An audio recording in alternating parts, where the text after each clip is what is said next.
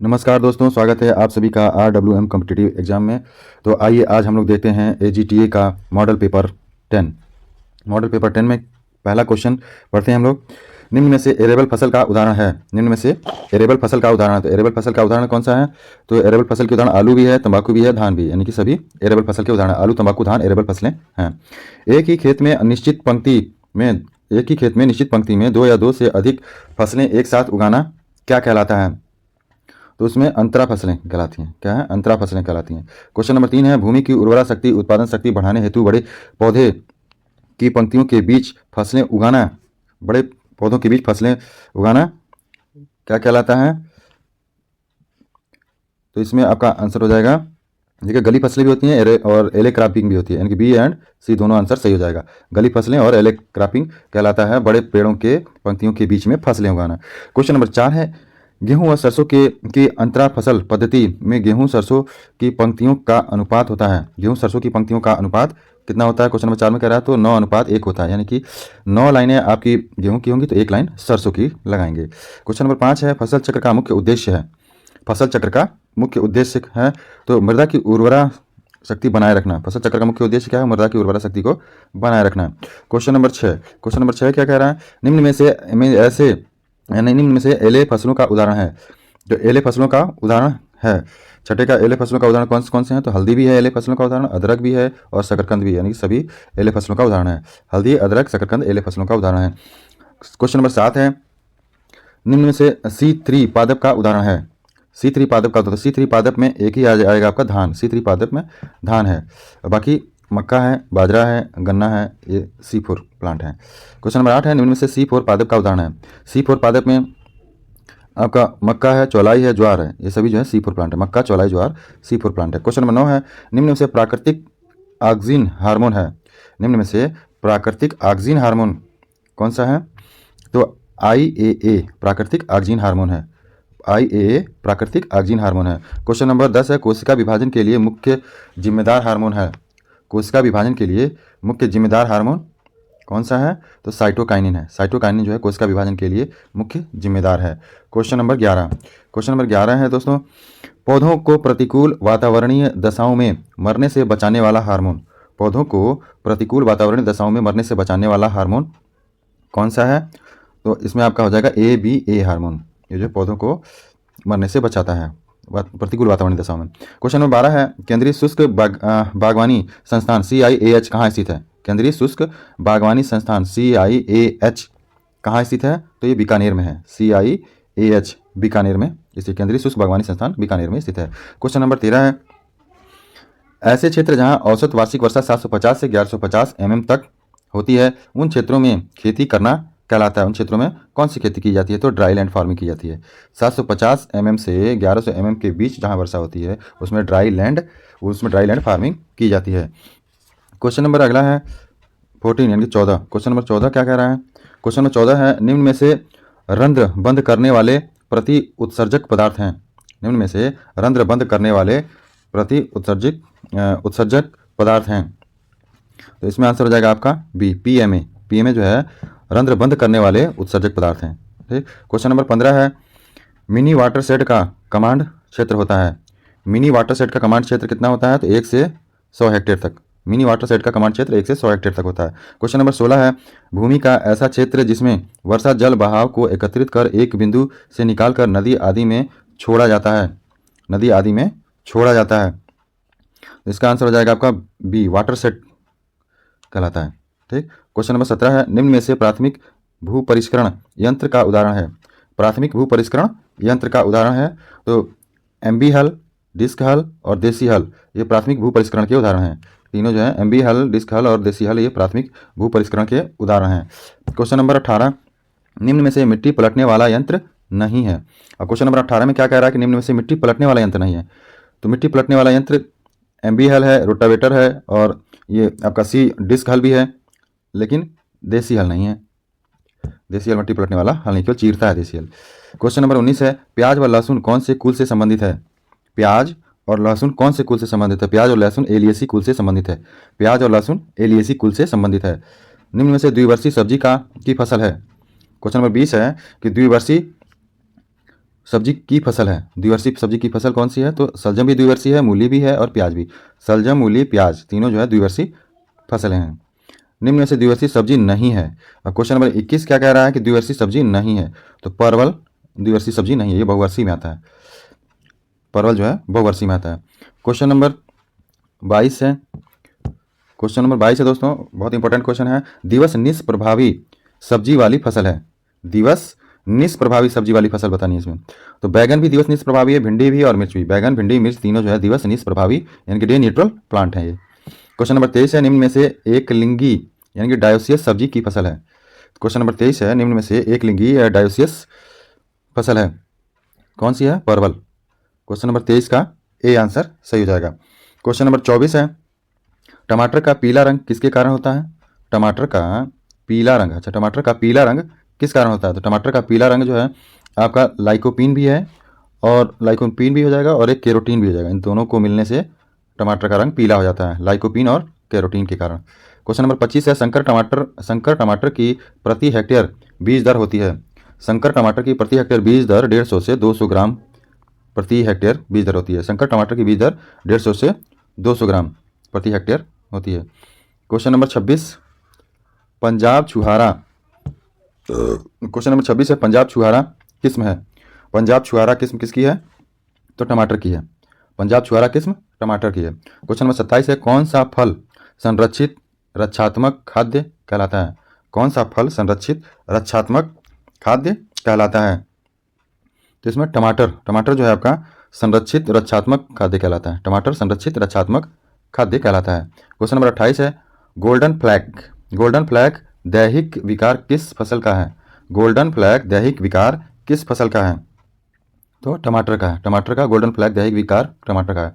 Golden flag दैहिक विकार टमाटर का है। क्वेश्चन नंबर 29 है। हाड़ा बीटल किस फसल का कीट है? हाड़ा बीटल किस फसल का कीट है? तो हाड़ा बीटल आपका बैगन का कीट है। किसका है? हाड़ा बीटल बैगन का कीट है। क्वेश्चन नंबर 30 यानी कि 30। क्वेश्चन नंबर 30 कितना क्या कह रहा है? पूसा बिंदु किस्म है। पूसा बिंदु किस्म है। तो पूसा बिंदु किसकी किस्म है? तो पूसा बिंदु आपकी बैगन की किस्म है। पूसा बिंदु बैगन की किस्म है। क्वेश्चन नंबर 31 है। प्रौरोह एवं फल भेदक कीट किस फसल का प्रमुख कीट है? प्रौरोह एवं फल भेदक कीट। प्रारोह एवं फल भेदक कीट बैगन का है। प्रारोह एवं फल भेदक कीट बैगन का है। क्वेश्चन नंबर 32 है। बैगन में लिटिल लीफ व्याधि किस कारण होती है? बैगन में लिटिल लीफ व्याधि जो है फाइटोप्लाज्मा के कारण होती है। बैगन में लिटिल लीफ रोग जो होता है फाइटोप्लाज्मा के कारण होता है। क्वेश्चन नंबर 33 है। अर्का लोहित और अर्का मेघना। अर्का लोहित और अर्का मेघना मिर्च की किस्में हैं। अर्का लोहित और अर्का मेघना मिर्च की किस्में हैं। अर्का लोहित और अर्का मेघना मिर्च की किस्में हैं। क्वेश्चन नंबर 34 है। पके फलों का गलन रोग किस फसल का प्रमुख रोग है? पके फलों में जो गलन रोग होता है वो किस फल से संबंधित है, ये पूछ रहा है। तो मिर्च से संबंधित है। पका फलों में जो गलन का जो समस्या है वो मिर्च में है। पके फलों में गलन की समस्या किससे होती है? मिर्च किसमें होती है? मिर्च में। क्वेश्चन नंबर 35 है। टमाटर एवं भिंडी मूल रूप से किस जलवायु के पौधे हैं? टमाटर और भिंडी मुख्य रूप से किस जलवायु के पौधे हैं? तो उष्ण जलवायु के पौधे हैं। टमाटर और भिंडी उष्ण जलवायु के पौधे हैं। क्वेश्चन नंबर 36 है। 36 देखिए बहुत ही वेरी मोस्ट इंपॉर्टेंट क्वेश्चन है ये कि खरीफ ऋतु हेतु भिंडी की बीज दर प्रति हेक्टेयर होती है। खरीफ ऋतु हेतु भिंडी की बीज दर प्रति हेक्टेयर कितनी होती है, ये पूछ रहा है। तो इसमें 8 से 10 किलोग्राम भिंडी का बीज लगता है खरीफ ऋतु में। 8 से 10 किलोग्राम बीज प्रति हेक्टेयर भिंडी का बीज लगता है खरीफ फसल में। हरभजन किस्म है। क्वेश्चन नंबर 37 है। हरभजन किस्म है। हरभजन किसकी किस्म है? क्वेश्चन नंबर 37 है। हरभजन किस्म है। तो हरभजन किस्म आपकी भिंडी की भी है और मटर की भी है। भिंडी और मटर दोनों की किस्में हरभजन के नाम से भिंडी और मटर दोनों की किस्में हैं। क्वेश्चन नंबर 38 है। क्रूसीफेरी कुल की सब्जियों में क्लब राट का रोग किससे होता है? क्रूसीफेरी कुल की सब्जियों में क्लब राट रोग किससे होता है, पूछ रहा है। क्रूसीफेरी कुल की सब्जियों में क्लब राट रोग किससे होता है? तो प्लाज्मोडियम से। क्लब राट रोग प्लाज्मोडियम से। क्रूसीफेरी कुल की सब्जियों में क्लब राट रोग प्लाज्मोडियम से होता है। क्वेश्चन नंबर 39 है। क्रूसीफेरी कुल की फसलों में सफ़ेद रोली रोग किससे होता है? सफ़ेद रोली रोग किससे होता है? तो एल्बुगो कैंडिडा। क्रूसीफेरी कुल में सफ़ेद रोली रोग जो है एल्बुगो कैंडिडा से होता है। एल्बुगो कैंडिडा से होता है। एल्बुगो कैंडिडा सफ़ेद रोली रोग का कारक है। क्वेश्चन नंबर 40 है डायमंड बेकमोथ। डायमंड बेकमोथ यानी कि DBM कीट किस फसल का प्रमुख कीट है? डायमंड बेकमोथ किसका कीट है? पत्ता गोभी का। डायमंड बेकमोथ पत्ता गोभी का किस्म है, वो अपना कीट है। डायमंड बेकमोथ जो है वो पत्ता गोभी का कीट है। पूसा स्नोबॉल किस्म किसकी है? पूसा स्नोबॉल किस्म किसकी है? फूल गोभी की। पूसा स्नोबॉल फूल गोभी की किस्म है। क्वेश्चन नंबर 42 है फूल गोभी का दैहिक विकार है। क्वेश्चन नंबर 42 फूल गोभी का दैहिक विकार है तो रिसेनेस, विपटेल और होलोस्टेम। फूल गोभी का जो दैहिक रोग जो है वो रिसेनेस है। फूल गोभी का में रिसेनेस रोग लगता है, विपटेल रोग लगता है और होलोस्टेम तीनों रोग लगता है। फूल गोभी में रिसेनेस, विपटेल और होलोस्टेम तीनों तरह का रोग लगता है। पूसा हरित किस्म किसकी है? पूसा हरित किस्म किसकी है? तो पूसा हरित किस्म आपकी क्वेश्चन नंबर 43 का हो जाएगा बी, पालक का है। पूसा हरित किस्म पालक की है। पूसा हरित किस्म किसकी है? तो पालक की है। पूसा हरित किस्म पालक की है। क्वेश्चन नंबर 44 है गोमा मंजरी किसकी किस्म है? गोमा मंजरी ग्वार की किस्म है। गोमा मंजरी किसकी किस्म है? तो ग्वार की किस्म है। गोमा मंजरी ग्वार की किस्म है। क्वेश्चन नंबर 45 है रचना किस्म है।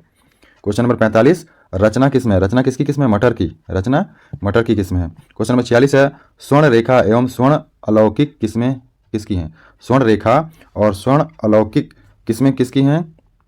जिसमें परवल की हैं। परवल की किस्म जो है स्वर्ण रेखा भी है और स्वर्ण अलौकिक परवल की किस्म है। क्वेश्चन नंबर 47 करेला की किस्म है। करेला की किस्म है तो करेला की प्रियंका भी है, पूसा विशेष भी है और अर्का हरित भी। ये तीनों करेला की किस्म है। अर्का हरित, पूसा विशेष और प्रियंका जो है करेला की किस्म है। क्वेश्चन नंबर 48 है पूसा विश्वास किस्म है। पूसा विश्वास किस्म, पूसा विश्वास कद्दू की किस्म है। पूसा विश्वास कद्दू की किस्म है। क्वेश्चन नंबर 49 है क्वेश्चन नंबर 49 देखिए इसमें है दुर्गापुरा मधु किसकी किस्म है? दुर्गापुरा मधु खरबूज की किस्म है। दुर्गापुरा मधु खरबूज की किस्म है। क्वेश्चन नंबर 50 है लौकी की उन्नत किस्म है। लौकी की उन्नत किस्म है पूसा समृद्धि, सम्राट और पूसा मेघदूत। ये तीनों जो लौकी की किस्म है। पूसा समृद्धि, सम्राट और पूसा मेघदूत लौकी की किस्में हैं। क्वेश्चन नंबर 51 है अर्का ज्योति एवं अर्का ऐश्वर्या हाँ, अर्का ज्योति एवं अर्का ऐश्वर्या किसकी किस्म है? तो तरबूज की किस्म है। अर्का ज्योति और अर्का ऐश्वर्या तरबूज की किस्म है। क्वेश्चन नंबर 52 है तरबूज की सामान्य बीज दर होती है। क्वेश्चन नंबर 52 है तरबूज की सामान्य बीज दर रखते हैं 3 से 5 किलोग्राम। तरबूज की सामान्य बीज दर 3 से 5 किलोग्राम प्रति हेक्टेयर रखते हैं। 3 से 5 किलोग्राम प्रति हेक्टेयर तरबूज का बीज दर रखते हैं। क्वेश्चन नंबर 53 कद्दू की फसल में रेड पंपकिन बीटल कीट की कौन सी अवस्था नुकसान पहुंचाती है? कद्दू की फसल में रेड पंपकिन बीटल जो होता है वो कौन सी अवस्था में नुकसान पहुंचाता है? तो वयस्क और लट दोनों रूप में नुकसान पहुंचाता है। वयस्क और लट दोनों रूप में नुकसान पहुंचाता है पंपकिन बीटल। वयस्क भी यानी ग्रब भी और वयस्क भी, लट भी और वयस्क भी। खजूर में ताज़ा फल खाने योग्य अवस्था होती है। खजूर में ताज़ा फल खाने की कौन सी अवस्था होती है? तो ढोका। खजूर में ताज़ा फल खाने की अवस्था ढोका होती है। क्वेश्चन नंबर 55 क्या कह रहे हैं? कौन सी फसल में परागण क्रिया मनुष्य द्वारा संपन्न कराई जाती है? तो मनुष्य द्वारा खजूर में ही परागण क्रिया संपन्न कराई जाती है। खजूर में मनुष्य द्वारा परागण क्रिया संपन्न कराई जाती है। क्वेश्चन नंबर 56 है चित्तीदार किस्म है। चित्तीदार किस्म है तो चित्तीदार किस्म किसकी है? ये सभी जान लेंगे। अमरूद अगर आप लोगों ने खाया होगा तो अमरूद पे चित्तीदार धब्बे दिखाई देते हैं, वही चित्तीदार अमरूद है। ठीक है। क्वेश्चन नंबर 57 बेर की किस्म है। देखिए बेर जो है का उत्पत्ति स्थान भारत है, इसलिए बेर का जरूर आप लोग याद कर लीजिएगा। ठीक है। बेर की किस्म है 57 कह रहा है बेर की किस्म कौन सी? तो बेर की देखिए किस्में हैं टिकड़ी बेर की किस्म है, इलायची भी बेर की किस्म है और केथली। टिकड़ी, इलायची और केतली तीनों जो है बेर की किस्म है। क्वेश्चन नंबर 58 है थार सेविका किस्म है। थार सेविका किस्म है। थार सेविका किसकी किस्म है? तो थार सेविका आपकी बेर की किस्म है। थार सेविका बेर की किस्म है। क्वेश्चन नंबर 59 है सिट्रस कैंकर रोग का वाहक कीट है। सिट्रस कैंकर रोग का वाहक कीट है लीफ माइनर। सिट्रस कैंकर रोग का वाहक कीट लीफ माइनर है। क्वेश्चन नंबर 60 है पपीता की मादालिंगी किस्म है। पपीता की मादालिंगी किस्म कौन सी है? तो पूसा डेलीशियस मादालिंगी किस्म है। पूसा डेलीशियस पपीता की मादालिंगी किस्म है। क्वेश्चन नंबर 61 है नींबू वर्गीय फलों में लिटिल लीफ किसकी कमी से होता है? नींबू वर्गीय फलों में लिटिल लीफ जो होता है वो कॉपर की कमी से होता है। नींबू वर्गीय फलों में लिटिल लीफ जो होता है वो कॉपर की कमी से होता है। क्वेश्चन नंबर 62 है, केले में बंची टॉप रोग का वाहक है। केले में बंची टॉप रोग एफिड द्वारा होता है। केले में बंची टॉप रोग एफिड द्वारा होता है। क्वेश्चन नंबर 63 है, मादा के ताव गर्मी में आने पर अधिक सक्रिय एवं प्रभावशाली होने वाला हार्मोन है। कौन सा है? Oxytocin hormone.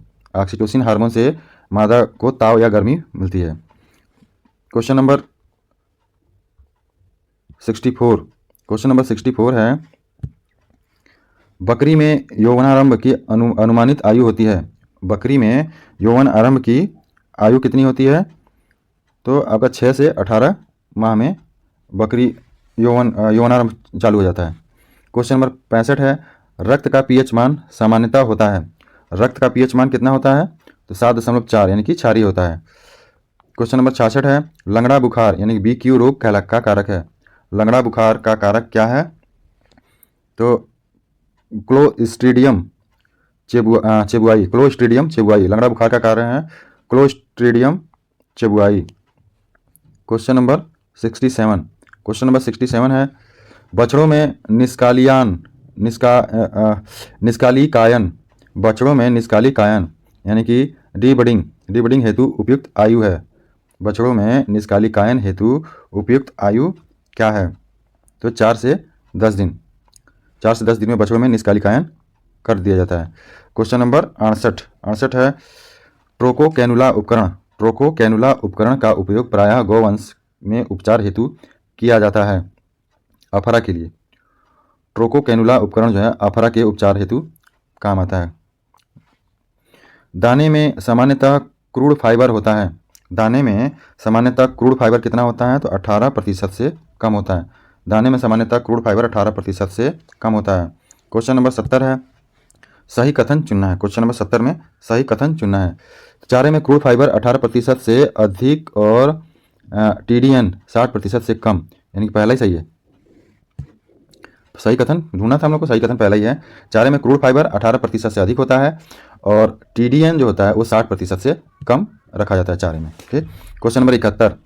क्वेश्चन नंबर 71 क्या है कि 1 ग्राम वसा के पूर्ण ऑक्सीकरण से उत्पन्न कैलोरी होती है। मतलब 1 ग्राम वसा से कितनी कैलोरी उत्पन्न होती है, ये पूछ रहा है। 1 ग्राम वसा से कितनी जो है ऑक्सीकरण, ये मतलब कितना कैलोरी ऑक्सीकरण उत्पन्न होती है? तो इसमें है 9.3 कैलोरी जो है ऑक्सीकरण क्या ऊर्जा मतलब उत्पन्न होती है। तो 1 ग्राम वसा से 9.3 किलो कैलोरी ऊर्जा उत्पन्न होती है। Question number 72। क्वेश्चन नंबर 72 में देखिए क्या कह रहा है।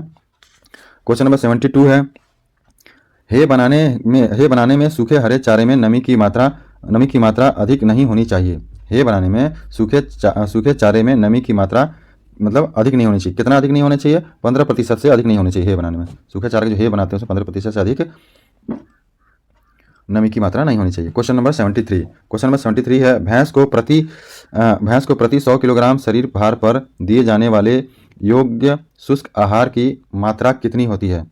तो 3 किलोग्राम प्रति 100 किलो शरीर भार पर भैंस को दिया जाता है। क्वेश्चन नंबर 74 है, पशुपालन की सफाई के लिए फार्मेलिन का कितना काम में लेते हैं? पशुपालन की सफाई के लिए फार्मेलिन का कितना प्रतिशत काम में लेते हैं? ठीक। क्वेश्चन नंबर 74 का आंसर हो जाएगा C, 2 से 5%। फार्मेलिन का कितना प्रतिशत काम में लेते हैं? 2 से 5% फार्मेलिन काम में लेते हैं। क्वेश्चन नंबर 75 है, 5 से 7 दिन के चूजों में कौन सा टीकाकरण किया जाता है? 5 से 7 दिन के चूजों में मेरेक्स का टीकाकरण किया जाता है। 5 से 7 दिन के चूजों में मेरेक्स का टीकाकरण किया जाता है।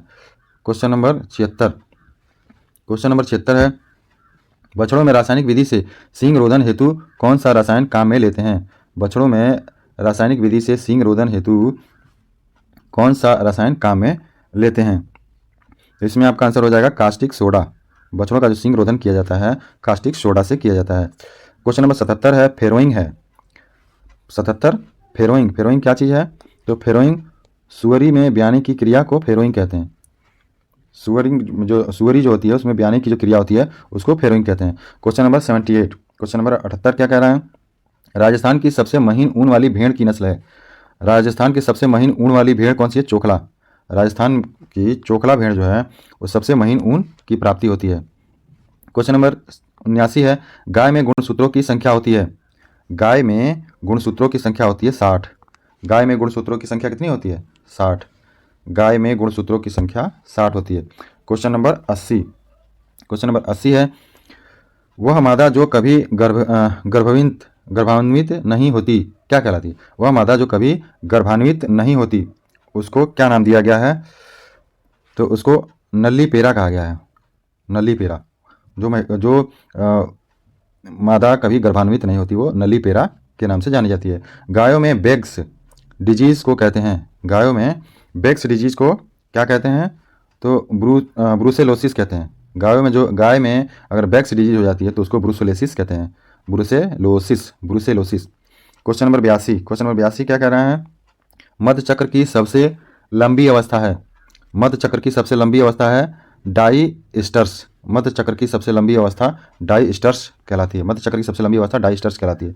क्वेश्चन नंबर 83 है, कृत्रिम गर्भाधान के लिए एक मिनी स्ट्रा में कितनी मात्रा सीमन की होती है? मतलब कृत्रिम गर्भाधान के लिए सीमन की कितनी मात्रा रखी जाती है? कृत्रिम गर्भाधान के लिए 0.25 ml सीमन रखा जाता है। कृत्रिम गर्भाधान के लिए 0.25 ml सीमन रखा जाता है। क्वेश्चन नंबर 84 है, सांप के जहर के प्रति अच्छी औषधि है, सांप के जहर के प्रति अच्छी औषधि है कौन सी? Potassium permanganate.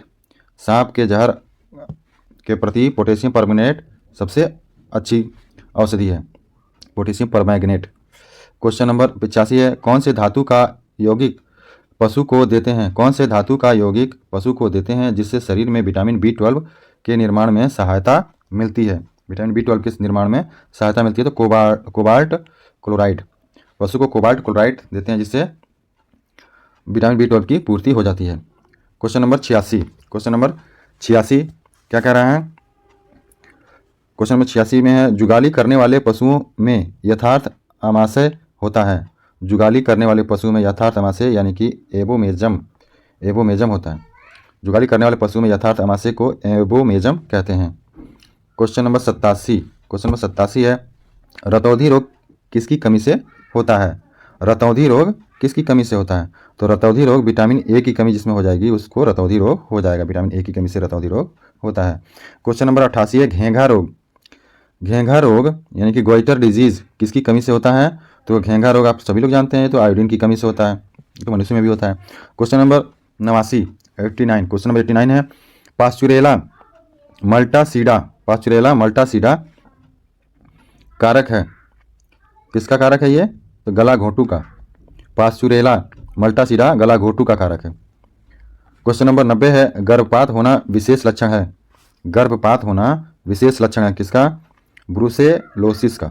गर्भपात होना ब्रूसेलोसिस का विशेष लक्षण है, गर्भपात होना विशेष लक्षण है ब्रूसेलोसिस का। पशुओं में जो गर्भपात होता है ब्रूसेलोसिस हो जाता है। क्वेश्चन नंबर 91 है, मिल्क फीवर रोग है, मिल्क फीवर रोग क्या है? मेटाबॉलिक रोग। मिल्क फीवर रोग को मेटाबॉलिक रोग भी कहते हैं, मिल्क फीवर रोग मेटाबॉलिक रोग भी कहलाता है। क्वेश्चन नंबर है 92, प्रोजनी टेस्टिंग है, प्रोजनी टेस्टिंग क्या है? नर साँड़ के चयन की विधि। प्रोजनी टेस्टिंग जो होता है, नर साँड़ होता है उसमें उसकी चयन की विधि को प्रोजनी टेस्टिंग कहते हैं, नर साँड़ के चयन की विधि को प्रोजनी टेस्टिंग कहते हैं। क्वेश्चन नंबर 93 है, किस जानवर में सीमन की मात्रा सबसे अधिक होती है? किस जानवर में सीमन की मात्रा सबसे अधिक होती है? तो सूअर में सीमन की मात्रा सबसे ज़्यादा होती है।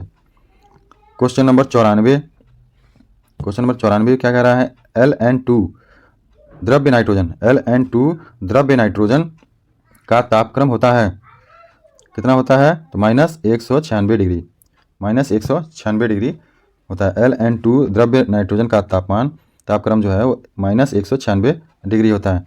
क्वेश्चन नंबर 95 है, भैंस में मध्य चक्र की लंबाई होती है, भैंस में मध्य चक्र की लंबाई होती है 21 दिन, अधिकतर जो है मध्य चक्र की लंबाई 21 दिन होता है। क्वेश्चन नंबर 96 है, असत्य कथन ढूंढना है, तो 96 में असत्य कथन ढूंढना है, तो असत्य कथन किस में ढूंढा जाएगा? जिसमें देखिए भेड़ की जो मीट होता है उसको मटन कहते हैं, ये बिल्कुल सही है। ये देखिए बकरी का यही गलत है, बकरी के मीट को चैवन कहते हैं, तुमने गलत ढूंढा था, यही गलत है। बकरी के मीट को चेवन कहते हैं, और गाय को बीफ कहते हैं, और भैंस का बफन कहते हैं, बिल्कुल सही है। क्वेश्चन नंबर 97 है, क्वेश्चन नंबर 97 में क्या कह रहा है, PFA 1954 के अनुसार गाय के दूध का मानक है। गाय के दूध का मानक कितना है, तो फैट जो है 3.5 होना चाहिए और SNF 8.5 होना चाहिए, यानी कि डी आंसर सही है। गाय के दूध का जो फैट होता है वो 3.5 और SNF की मात्रा 8.5 होता है। गाय के दूध का फैट 3.5 और SNF 8.5 होना चाहिए। क्वेश्चन नंबर 98 है, घी में स्वतंत्र वसा की मात्रा पाई जाती है। घी में स्वतंत्र वसा की मात्रा पाई जाती है। घी में स्वतंत्र वसा की मात्रा कितनी पाई जाती है, तो 0.5% से कम। घी में स्वतंत्र वसा की मात्रा 0.5% से कम पाई जाती है। क्वेश्चन नंबर 99 है, सर्रा रोग का कारण है। सर्रा रोग ट्रिपनोसोमा इवानसी। सर्रा रोग का कारण है ट्रिपनोसोमा इवानसी। ट्रिपनोसोमा इवानसी के कारण सर्रा रोग होता है। क्वेश्चन नंबर 100 है, निम्न में एंटीसेप्टिक नहीं है। इसमें ढूंढना है कि एंटीसेप्टिक नहीं है, तो बोरिक अम्ल एंटीसेप्टिक है और इसमें लाइसोल ये नहीं है, लाइसोल जो नहीं है, बल्कि लाल दवा एंटीसेप्टिक है और डिटोल भी जानते हैं आप लोग, डिटोल सभी लोग जानते हैं कि एंटीसेप्टिक है। डिटोल के बारे में सभी लोग जानते हैं एंटीसेप्टिक है।